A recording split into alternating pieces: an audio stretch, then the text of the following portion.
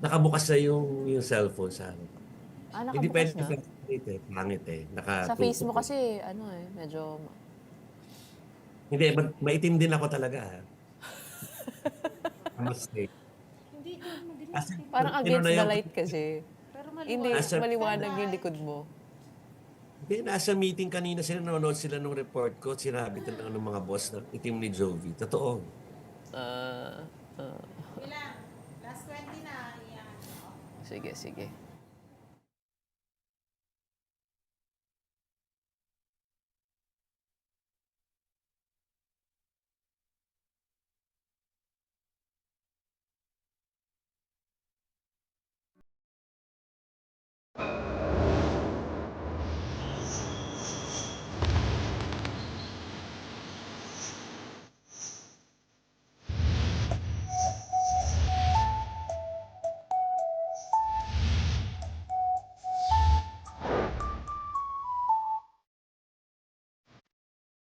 Good morning, Friday. I'm Gretchen Hall. It is the 25th day of April, bringing you Morning Matters today because your mornings matter. Let's get to the stories that matter today.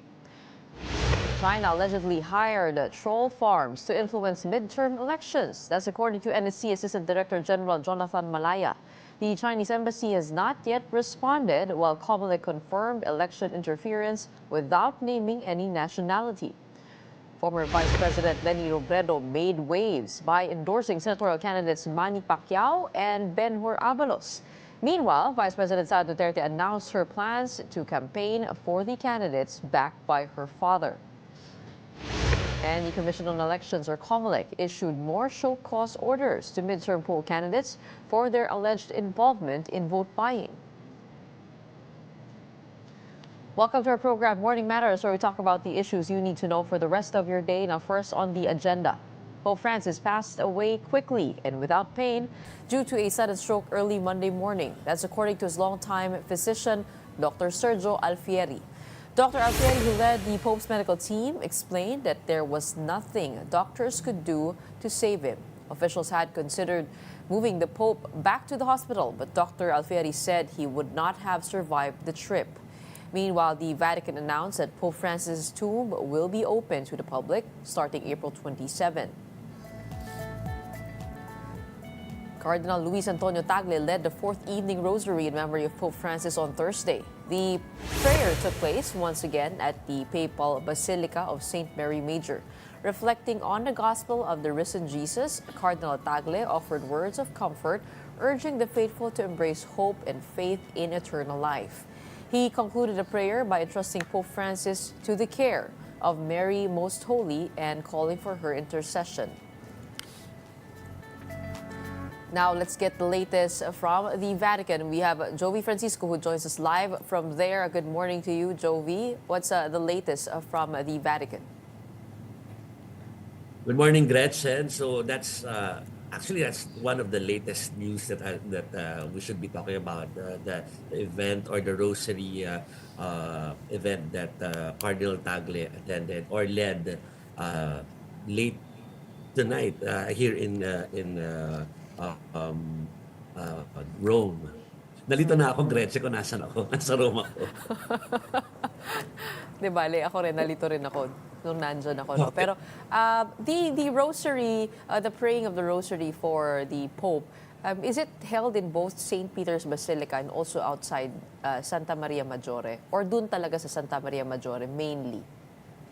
Mainly sa Maggiore siya talaga, no, Gretchen. Iba ang mga ganap doon sa yun yung second update ko na where yung ikalawang night ay in-extend na naman yung viewing or visitation and public viewing para kay Pope Francis dahil ang haba ng pila. Kanina before mag-midnight, nagsabi na ang Vatican ang Vatican na close to 100,000 na ang Wow. bilang nila sa mga nagtungo at pumila para makapasok doon sa Basilica at masilayan yung mga labi ni Pope Francis. Yun yung latest count nila, no. So wala pa yung crowd ngayong after midnight. So we'll be waiting for that para i-add nila, no? Pero feeling ko lalampas ng 100,000. Medyo marami yung second day based doon sa wala lang yung pakiramdam lang, ano, hindi naman natin iisa-isa yung bilangin yon, pero yung pakiramdam lang na para ang daming tao doon sa square kanina ay so talagang iniisip natin mag-hit talaga sa 100,000 so far. Yun. At ang method development pa Gretchen, kumbaga hindi na posible na i-extend yung tomorrow yung Friday. Dahil di ba yung Friday ay it's the eve of yung ano talaga yung funeral na mangyayari sa Sabado.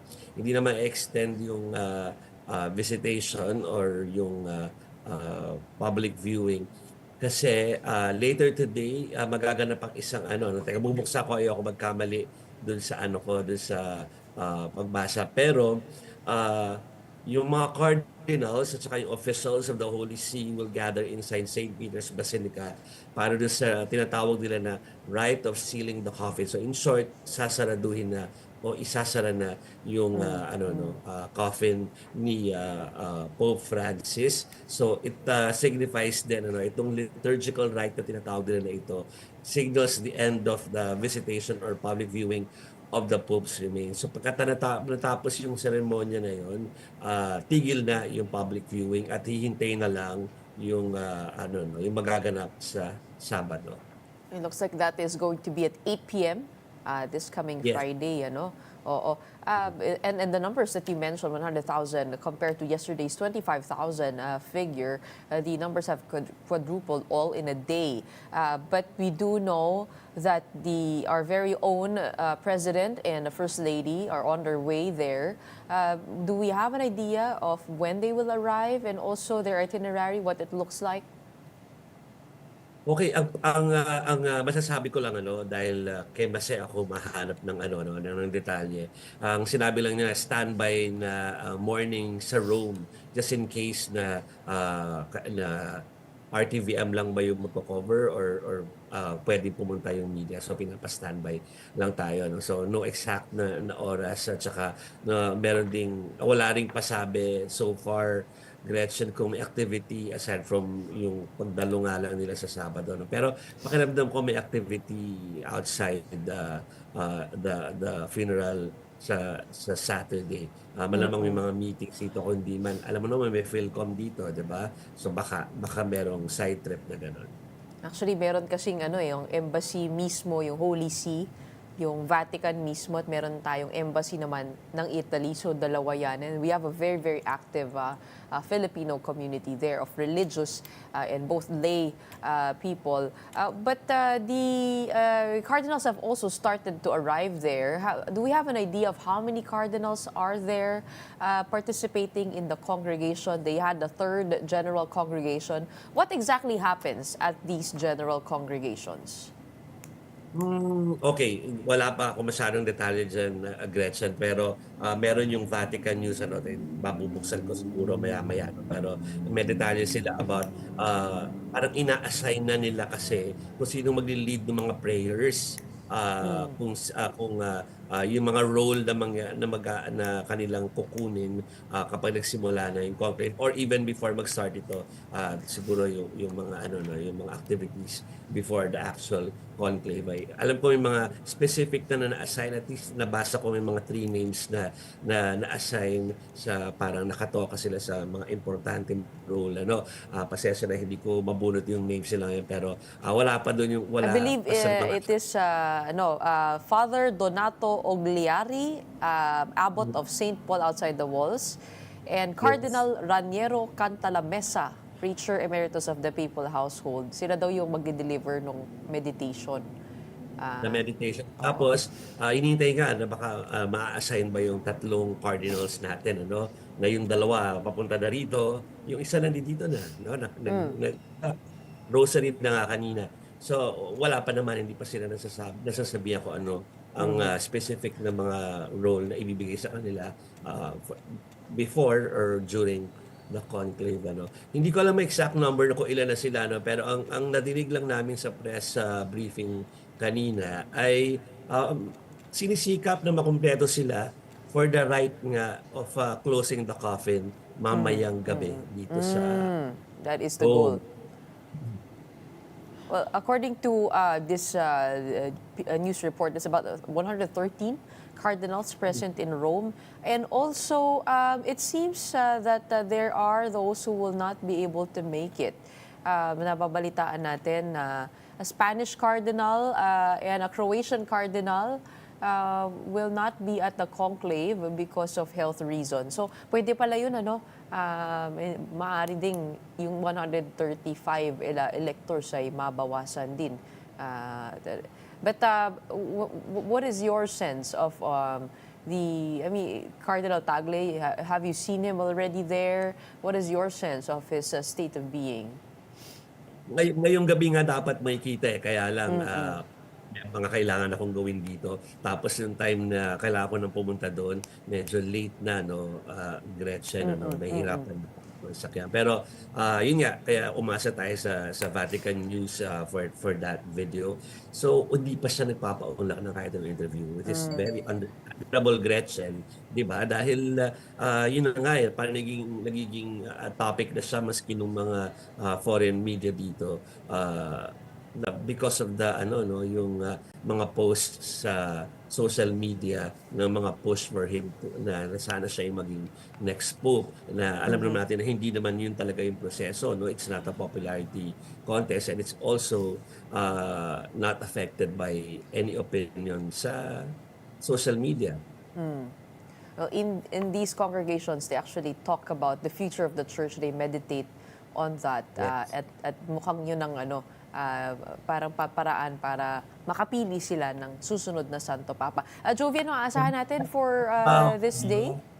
Go ahead. Yeah, parang chance for them to know each other. Kasi hindi naman sila talaga lagi kasama. So para lang magabayanan sila, no, aside from yung gabay daw ng Holy Spirit, magabayan din sila dun sa parang nakausap ko to, ano ba ang pakiramdam ko nung kausap ko siya. So opportunity for them na kilalanin. So ano expectation? Lalong hihigpit. I think yun yung tanong mo, no, Gretchen, ang expectations sa mga susunod na mga oras hanggang sa doon sa libing na talaga. Ang expectation ay mas hihigpit pa ang seguridad, massive security plan, awag nila o yung phrase na ginamit kanina. At daman na yun kanina. Parang meron ng parang mga dress rehearsal or practice ng security doon sa grounds, na yung kalahati ay talagang yung kalahati ng main walkway na yun ay for the general public. Tapos hindi na sila pwedeng gumalaw doon once pumasok sila doon sa nakalaan na lugar na yon. Tapos yung isang way ay para sa mga vehicles or for emergency purposes kung may mangyari ay madaling makakaalis o makakadaan yung mga teams doon sa lugar na yon. Tapos alam mo naman na may mga entry points sa side ng basilica, di ba? Kanina restricted na yon. So mahirap na pumasok, talagang doon ka na sa main papasok at nagpa-practice sila kung paano yung protocol ng pagsa-search doon sa mga dala-dalang mga bags. Kanina nakita natin yun. May mga helicopters na rin na palibot doon kaninang maghapon. At ayan, nakita niyo sa video mga pulis na nakasakay sa kabayo going around. Mabuti na lang nakapasok ka na at nakapila ka. Noong isang araw, hindi pa masyadong marami yung tao. Mukhang pahirapan na. Oo, mukhang pahirapan na. Pero in terms of security, is everything fine? Alam mo bang may Pinoy dyan na Swiss Guard? Sinubukan kong interviewin, kaya lang ayaw magpa-video Mahigpit daw sila. Kasi parang hinahanap namin kanina, mga Filipino media, kasi nga narinig din nila yan. Kaya lang hindi namin makita. Pa-picture kami ng pa-picture sa iba dahil because of the colorful garb, no? Yes. Pero hindi namin na-tsempohan, Gretch, yung Nakapagpa-picture ako sa kanya. Ang pangalan niya Baste. Pero mahigpit sila, pinaalam sa kanilang boss kung pwedeng ma-feature yung story niya. hindi talaga pumayag. And we were guessing because at that time, the Pope was in critical condition, medyo sensitibo. Pero ngayon, no, that things are moving a certain way, baka magkaroon kayo ng pagkakataon dahil inaasahan na rin ang daming media talaga dyan. Yung accreditation mo, nakuha mo na ba doon sa 10,000 ano? Nakuha ko na. Meron, Nakuha meron. ko na. Nabigyan naman. Bigyan na, Okay. kumpleto na lahat actually, parang nagbubulungan kami mga Philippine media kasi parang kami kumpleto agad yung iba nakapila pa hanggang kanina para makuha yung yung IDs nila dahil gusto nila may ID na sila for tomorrow for the Friday for the Saturday event So, kasi kailangan mo yung kahit na mag-email na sa yung yung Vatican Press Office, kailangan mo pa rin kailangan pa rin na meron kang ID para makapasok ka doon sa sa assignment or doon sa nahingi mo na schedule for Saturday. Tayo karamihan sa mga Filipino media ay na-approve for the yung event nga ng alas 10 ng umaga. So pero kailangan natin para makapasok. Ay, buti na lang at sigurado na ang ID ni Sir Joey Francisco. Okay, maraming salamat sa iyo. Abangan natin ang iyong paglalakbay dyan sa Roma. Oo. Special tayo, 'di ba? This Meron sa weekend. Sabado. Oo. Of course, over the funeral rites of the Pope that will happen this coming Saturday. There will be, I think, a Mass and also the procession from St. Peter's Basilica to Santa Maria Maggiore. Abangan natin yan. Ipagdasal mo naman kami dyan, Jovi. Oo. Yes, actually ginawa ko 'yan parang collective na nung pumasok ako sa Basilica. Alright, maraming salamat. Makakatulog ka na. Thank you very much to our senior news content manager, Jovi Francisco, joins us live from the Vatican. Well, back to the Philippines. The Pope Jeep that Pope Francis used in 2015 is set to tour various churches. The Pope Jeep, owned by Armored Transport Plus, is displayed at Santo Domingo Church in Quezon City. Now, according to its caretaker, they plan to bring this to the Quiapo Church and Santuario de San Antonio Church. The Pope Mobile that the Pontiff used at the Quirino Grandstand in 2015 was similar to a jeepney. Nakabalot siya, tapos every 3 months, pinapaandar namin, dinilinis namin, pati yung makina, inaayos namin, papalit kami ng langis. Sensya na naging emotional lang ako nung nakita ko itong napakaswerte ko naman na nakita ko. Napakaswerte ko. Isa ako sa swerte. Don't go away. We'll be back with more stories right after the break.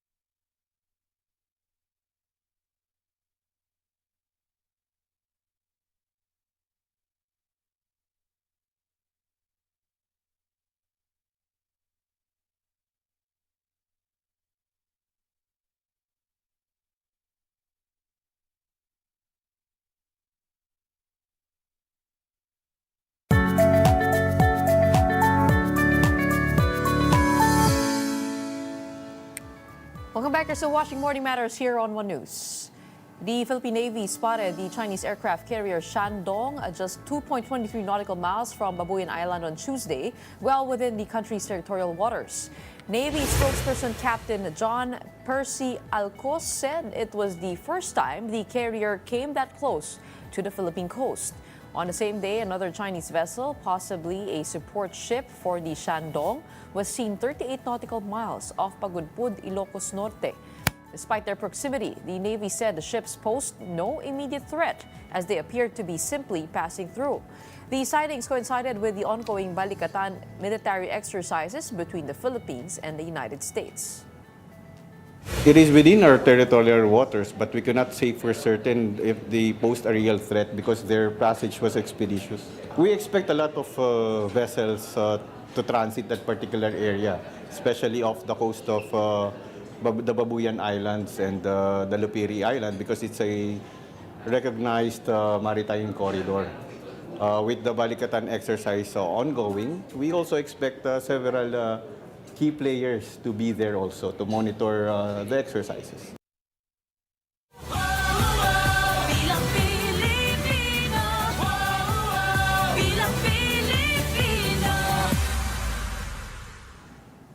China has allegedly hired troll farms to support or discredit certain candidates for the midterm elections. Here's the full story. A Senate probe uncovered China-sponsored troll farms hired to manipulate public opinion on social media. Influence operations are especially active with the May 12 elections happening in 18 days. That's according to National Security Council Assistant Director General Jonathan Malaya. You will see narratives coming from Beijing that the Balikatan exercises is a threat to regional peace and stability. And you'll also hear that kind of statement coming from local proxies who follow the script coming from Beijing.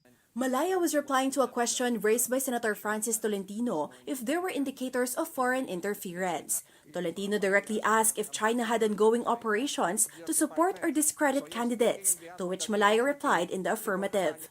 Narratives from Beijing are supposedly being amplified by third-party individuals or local proxies in the Philippines. Akala natin ay yun ang tunay na sentimiento ng mga nagpo-post at nagre-react, subalit ito pala nagpapatunay na binayaran. Binayaran ng People's Republic of China para sirain hindi lang ang kredibilidad ng isang tao o namumuno kung hindi ng ating bansa. Tolentino also revealed a check that allegedly showed Chinese involvement in these troll farms. The Chinese embassy has yet to respond to this allegation. The Comelec also confirmed that there are indeed parties trying to interfere in the election, although it did not single out a nationality. Mukha pong sa tingin nila at sa aking pong palagay din, ito ay nanggagaling sa ibang bansa at hindi po dito sa ating bansa. Pero may mga ginagamit po dito upang masigurado lamang na kung ano yung imamagnify, ano yung palalakihin na issue ay yon ang makikita ng sambayanan. Former Vice President Leni Robredo surprised many by endorsing senatorial bets Manny Pacquiao and Ben-Hur Abalos. Meanwhile, Vice President Sara Duterte has confirmed that she will campaign for her father's endorsed candidates. Here's the report. Many were surprised when former Vice President Leni Robredo endorsed alyansa para sa bagong Pilipinas' senatorial candidates Manny Pacquiao and Ben-Hur Abalos. Pacquiao and Abalos held campaign activities in Robredo's stronghold of Naga City, where she is running for mayor. Robredo described Pacquiao, one of her rivals in the 2022 presidential race, as trustworthy and kind. Nagkasabay po kami sa Cebu, nahiling niya, si sasakyan ko, sabi niya, "Di ka ba ngayon naka-bulletproof na auto?" Sabi ko na Sabi ni Senator Pacquiao, "Papasubliun ka daw. Dapat kaya siguradong safe ka, Permi. Papasubliun ka." Iyan po, nahiling na nindukan. Magkalaban na kami kayan. Magkalaban na kami. Sige pa ang labang sa ko. Sabi ko, Sen, nagkalaban tayo for president, pero tulong ka pa din ang tulong sa akin. Araw po siya kaya.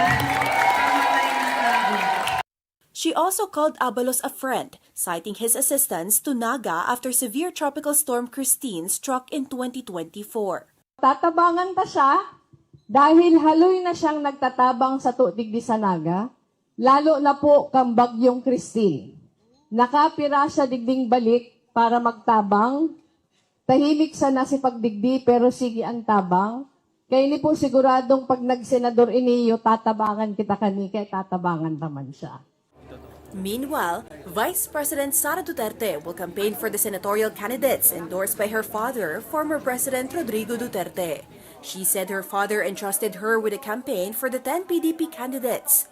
However, she has remained silent on 2 other names her father endorsed, Ariel Querubin and Gringo Honasan. The Vice President continues to support Senator Amy Marcos and Representative Camille Villar. Tumawag siya sa akin, si President Duterte. At sinabi niya sa akin na diretsuhin ko na daw yung mga tao na bumoto straight ng PDP laban. Huwag na daw magpaligoy-ligoy pa. Sabihin na daw diretsyo at ipaintindi sa mga tao kung bakit kailangan nilang bumoto straight ng 10 na mga senators ng Duterte ang tawag nila sa sarili nila, ma'am, dahil hindi sila lahat galing sa isang partido lamang, no?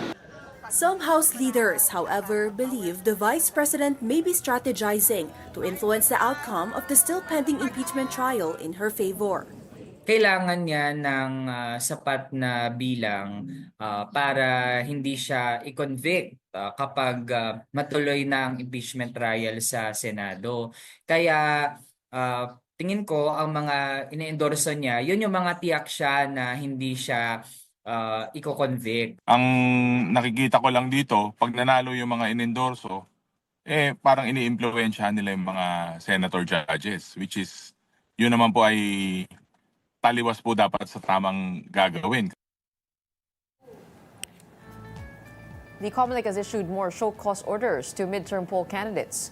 So far, 28 candidates are being asked to explain their alleged involvement in vote buying. 10 are running for mayor, while the rest are for councilor, Congress, governor, vice mayor, and sangguniang panlalawigan. The COMELEC said they may suspend the exemption of ayuda in spending ban should complaints persist. Ang sa amin lang, gusto lang namin alamin, nagamit ba yung pondo sa pamumulitika? Nagamit ba ang pondo para i-promote ang kandidatura ng ilang kandidato? Now, joining us to discuss these developments is Dr. Froilan Calilong, a political science professor at the University of Santo Tomas. Let's start first with that latest story with vote buying or alleged vote buying, particularly in several areas in the country. Pero yung nabasa ko kagabi was Batangas. So dun sa Batangas, they suspended the implementation of the 273 million in financial assistance programs and possibly the use of AIX during the campaign period. What are your thoughts on I guess, first of all, this exemption into the financial aid programs by the government given by the COMELEC? Hindi ba dapat aasahan na rin kahit papaano na maaaring maabuso? Is it this too late already of a decision from the COMELEC? Your thoughts on that? Yes, I first and foremost, Gretchen, thank you so much for having me, and good morning also to your viewers. And well, regarding that, I think it's a good decision on the part of the COMELEC to actually ban this or temporarily suspend this, especially right now that we're already in the home stretch of the elections. Although my thoughts on this should have been done, I think, months ago to really avoid or discredit any account or any kind of influence peddling that could really hamper or distort what will be the outcome of the elections. No? So, yung kasing ayuda, technically speaking, kahit sabihin naman natin na ito ay, paulit-ulit man natin sabihin na ito ay galing sa gobyerno, na ito ay binibigay sa ating mga kababayan bilang pantulong, bilang pantawid, hindi natin may aalis kasi yung idea na kung sino yung nagbigay nito, no? Siya yung maaaring magkaroon ng undue influence doon sa magiging desisyon ng ating mga kababayan, especially come election day. So, I agree that this should have been done a lot siguro hindi lang dapat ngayon ano siguro matagal na more or less mga 6 months or more ago no para lang talagang masiguro na wala yung patronage at wala yung impluwensya no sa ating mga kababayan. And of course, we're not just talking about Batangas here. As we mentioned, there are several mayors, vice mayor, governors involved over those accusations in different parts of the Philippines. And we're talking about AIX, we're talking about AKAP.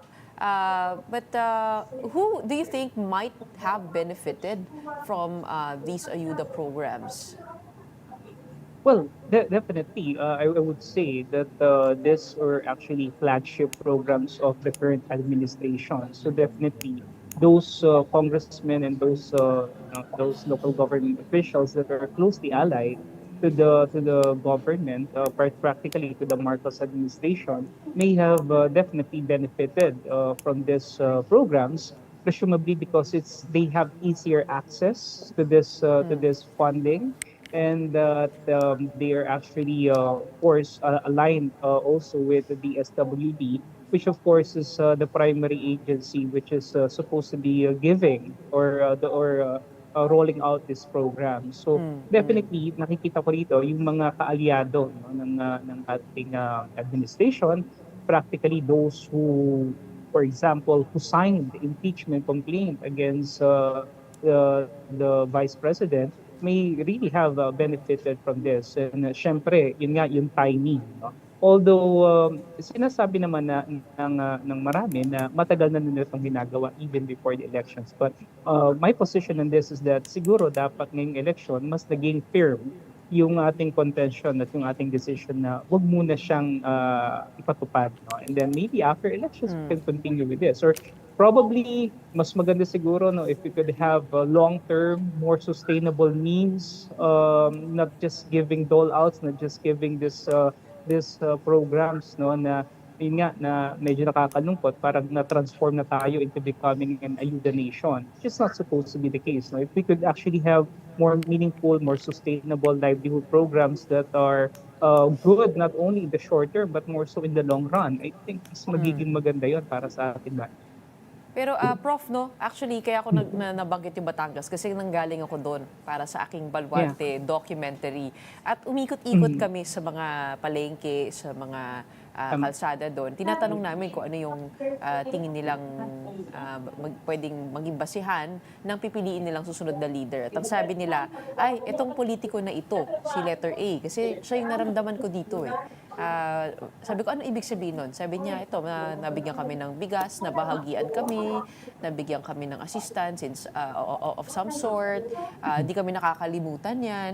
How do you think, can you communicate sustainable livelihood programs to the people if those are not immediately felt? I mean, isn't it just also, on the other hand, pragmatic to cover all of your bases?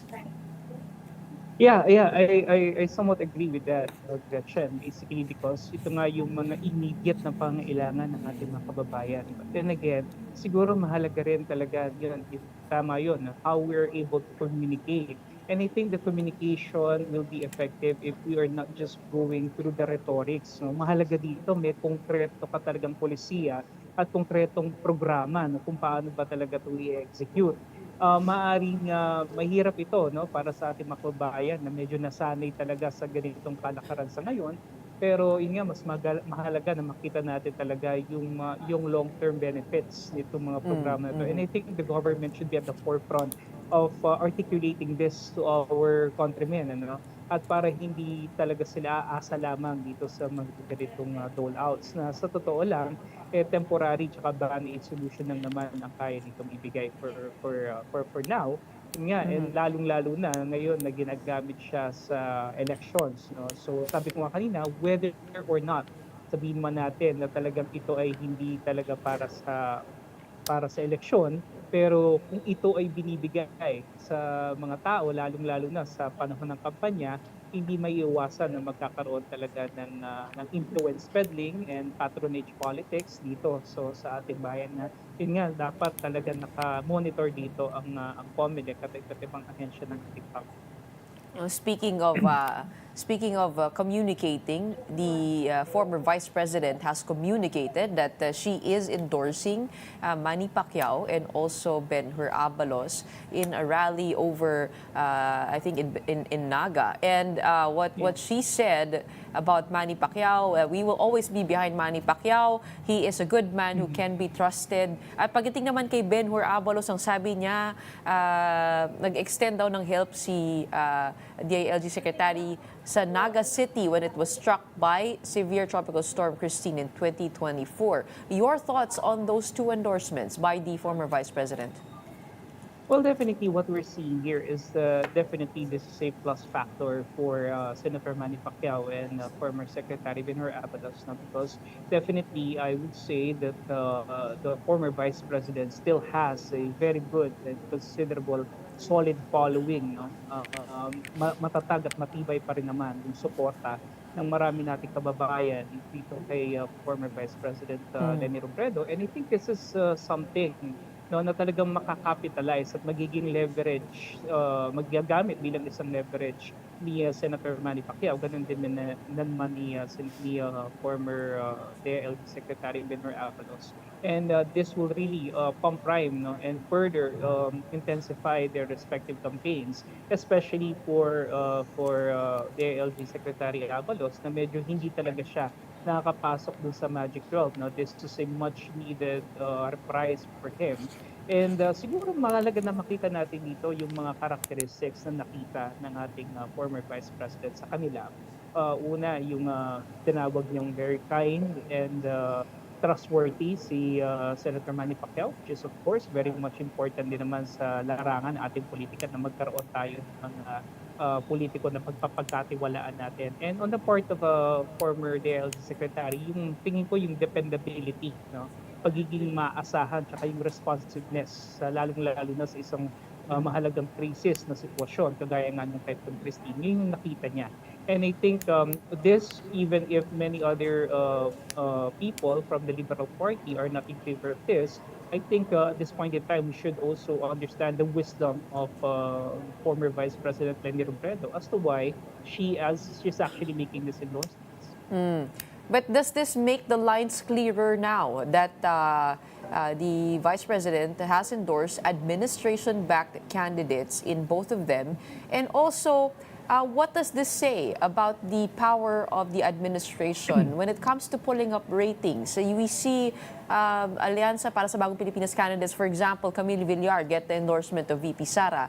Amy Marcos get the endorsement of VP Sara. Manny Pacquiao and Ben-Hur going the other way, getting the endorsement of Leni Robredo. What does that say about the power of this administration in carrying candidates? And do we see the lines clearer now? Well, let's face it. The current administration is, I think, suffering from some kind of, I think, a popularity issue at this point in time because of what transpired. The recent events, especially the arrest of former President Rodrigo Roa Duterte, and we actually saw that there was a significant dip in the ratings, practically, of the president as well as the House Speaker. So definitely, I think at this point in time, many of the administration candidates may actually be looking for other sources of support, and in order to provide the necessary leverage going into the home stretch, something that they feel the current administration may not be able to give to them at this point in time. And we also need to understand that the Alyansa is just a coalition. Hindi ito isang what you call this, political party, no? It's actually a coalition. Kumbaga binuo lang namang ito para talaga dito sa election na ito. Hindi kagaya ng PDP Laban, talagang isang partido. So I believe talagang kakailanganin nila lahat. And as we always say, politics is all about addition. And it's imperative that these candidates are looking into other avenues in which they could get solid support. Well, to add to that, the PDP Laban has added to its slate Ariel Querubin and Gringo Onasan, and things are seemingly closing and we're getting a clearer sight of things as we head on over to the last 3 weeks of the election period, or the campaign, last 2 weeks of the campaign period. In the meantime, thank you for shedding light, and we'll see the impact of those endorsements in the coming surveys. But ngayon, thank you so much for being with us and sharing your time and insights. We have Professor Froilan Calillo. Thank you so much. Stay tuned. Morning Matters. We'll be right back after a short break.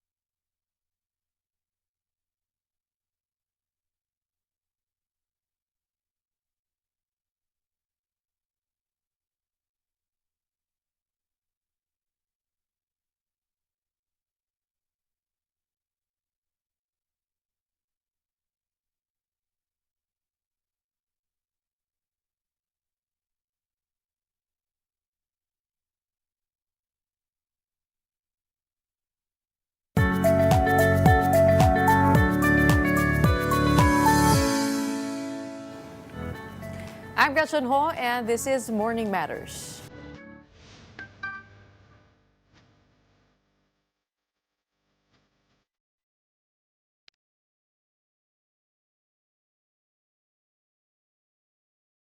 From dominating Netflix Philippines with his hit special Tamang Panahon, comedian Alex Calleja is back, this time with a new live show, Tamang Panahon Ulit.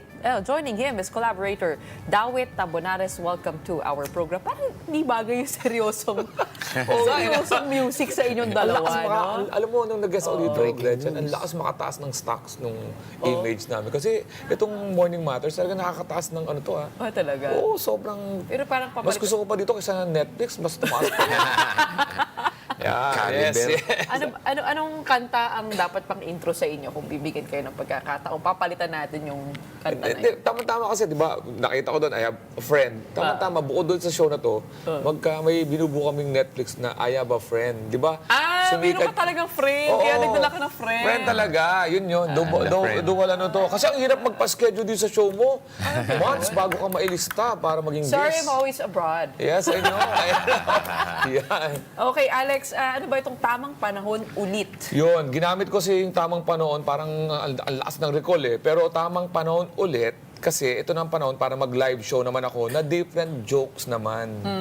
So, ginamit ko lang yung, inulit lang ang title pero ang jokes hindi. Per this time, first time ko sa venue na to, The Theater at Soler. Ang lakas makasosyal. Grabe, no? Sa May 2 na to, at ang bilihan ng ticket ay ticketworld.com.ph online. Oo. So pinipilit din namin na ma-educate yung mga Pinoy na magtiwala sa online. Bumili na kasi ang layo pa rin ng paniniwala ng Pinoy sa ticket. Yung kailangan makuha mo yung ticket.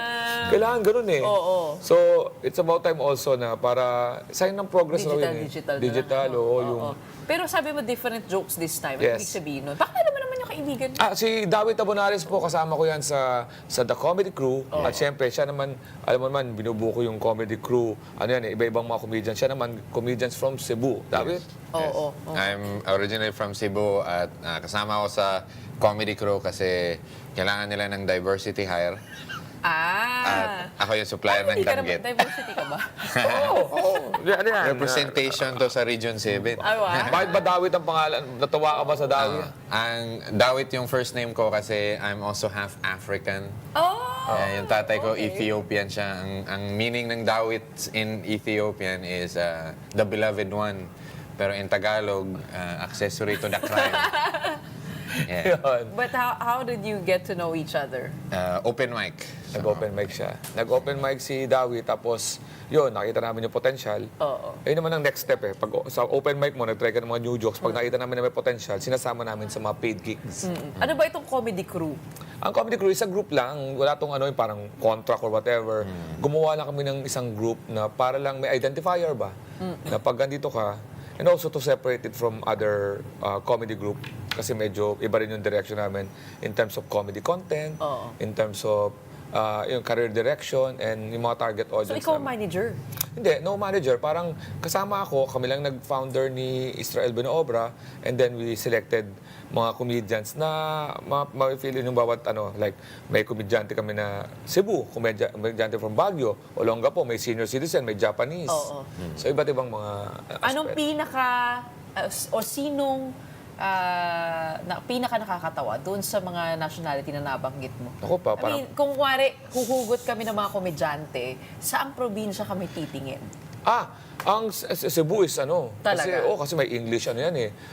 Meron silang English, magaling sila mag-English eh. So hindi masyadong Fluency, fluency. literacy, Tapos syempre, ang Cebu is also considered a big parang population. So in terms of, business-wise, pag meron kang Cebuano, pag nagpunta ka sa Cebu, meron kang pang-attract. Some of them are... Napipilitan ka lang ba sabihin? Kasi Ako yung kasama eh. Business, I'm also a producer eh. Comedy Crew is a full of talents, pero producer kami. Pero ayun, kami ay doon ako kumukuha sa The Comedy Crew lang in terms of shows. Kumbaga, patok din ang comedy sa Cebu. Oh, yes. Okay. How did you begin? For those aspiring to be like you guys. I went here on a whim sa Manila. Pumunta lang ako dito kasi gusto kong itry. Hindi ko nga alam na meron ng mga stand-up comedians na working sa eksena eh. I just thought na punta ka lang sa Manila, try it. And then nakilala ko sila Alex and other members. That was 2018 pa. Where did you come from? Cebu, Talisay City, Cebu. Okay. So ano talaga You siya? were born there? Yeah, born and raised there. Band siya muna, di ba tama? But when did you notice that you had humor, you were funny? Bata pa? Bata pa ako. Kinukulit ko yung mga pinsan ko, mga classmates ko. But it's a whole different game kapag stand-up comedian ka kasi mga strangers eh. Ang pakakatawanin mo. At sabi din ng mama ko, kung gusto mong umasenso, dapat sa Manila mo gawin. Kaya lumipat ako dito. Umasenso naman yung kahirapan ko dito. Naging Manila rate na. Di, kasi ito kasi si Alex, dati naglalako yan ng mga di ba, yung mga TV, yung mga Bluman TV, mga gadgets, binibenta-benta niya, tapos naging engineer pa yan, bago niya na-realize na nakakatawa pala siya. Ikaw naman, Dati akong nagbabanda and BPO. BPO. Kasi English na. Yan. what is your kind of comedy? Regional, gusto kong i-compare yung differences ng Tagalog and Bisaya and yung family background ko. Sige nga, pa-sample nga, konti. Sample. Ano bang example ko?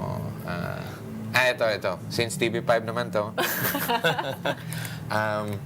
I find it weird when celebrities break up kasi kailangan pa nila ng official statement. At kung mahirap ka, ipatulpo mo.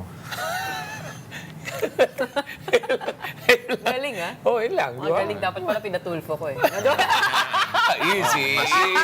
Mas may result Wala pa ako dito nun Joke lang. Pero ano ba yan? Totoo ba yun na may ang Manila, meron bang sense of imperialism? Yes. Totoo talaga yun. Totoo yan. I mean, nung sa mga observations mo, yung ngayon, yung mga away politika natin, parang pinipit na, let's say, sabihin natin Davao sa Manila. Tell us more about that and what insight you've drawn from that. Let me quote yung nagsabing sino yung Sub-Saharan Africa. Yun pa lang. Sub-Saharan yung Africa, pero yung Manila, yung Metro Manila, yung kumakain ng pagpag. Isn't that weird? Anong response mo kay Richard Heydarien? Richard to the H. Heydarien. Bisita ka muna ng Mindanao. Bisita ka muna ng Visayas bago ka Kami nga nagalit doon, And hindi naman yan political para sa akin. Hindi lang siya well-traveled. Yun lang ang parang kailangan. ang ibig sabihin natin niya, yung parang Human Development Index na like malaki yung mall? Pero inamin niya na nagkamali siya. Na kasi may basher updated. Kung hindi yun, kung wala yung basher, hindi yun mag-apologize. Isang example lang, papasimplihin ko na lang. Pagka-bakasyon, pagkagaling ka Maynila, magbabakasyon ka, ikaw yung main character sa probinsya. Di ba? Ang feeling mo, pagkagaling ka sa Maynila, pagdating mo sa probinsya, oy, Maynila, main character. Kaya nga may biruan, di ba, pagpatapos ng Holy Week, oy, pauwi na yung mga main character from province. Yun, yan. Katulad ng ako naman, going back to history, yung nangyari yung EDSA Revolution sa Maynila. Kaya maraming masama ang loob sa ibang Luzon, Visayas and Mindanao. Kasi nangyari ang rally sa EDSA lang, pero naapektuhan ng change sa buong country. So bakit sa EDSA lang, EDSA is Metro Manila. Dapat sa Maharlika Parang Highway. ang laging lugar para magsimula ang pagbabago, Metro Manila, pag magulo ang Metro Manila, kailangan mabago, pati silang nananahimik. Ayun ang kahit taga Metro Manila. May mga rally naman na sa Davao ngayon Pero ang dati, nung 86 is the EDSA Revolution. Kaya ang tinawag ng EDSA Revolution. But it's not parang gano'n. Parang gano'n ang sama ng loob siguro ng Visayas. Parang magkakapatid sila na, bakit laging yung kapatid namin gusto? Si ate lang palagi. Parang gano'n Naalala ko tuloy yung assistant ko na tuwing umuwi ng Negros parang celebrity. Magpapalitsyon. Kaya hindi na umuwi kasi ayaw magpalitsyon. Siguro sana mabago. Pero sana mabago. Pero sa tingin ko sana mabago na yan na let's just treat the Philippines as isang ang gulo ng politika ngayon. Kaya ayaw namin doon Hindi kayo sumasaw-saw sa politika. Political jokes. Why not? Pili lang siguro yung audience. Ako lagi Hindi ba makakatulong sa ating pagmumuni na pag-isipin nyo kami through comedy, through humor? Ito again, I played the percentage. Wala namang masyadong nagising. Ngayon, umaga nag-uusap. Alam mo nyo, tayo ng comedy ngayon kasi gusto ko maging aware sa what's happening. I just wanna relax. So, yung majority ng mga kinikater namin ngayon, yung gusto muna mag-enjoy. And again, the Philippine audience is so young. Gusto muna namin naliligaw kami to go to our venue.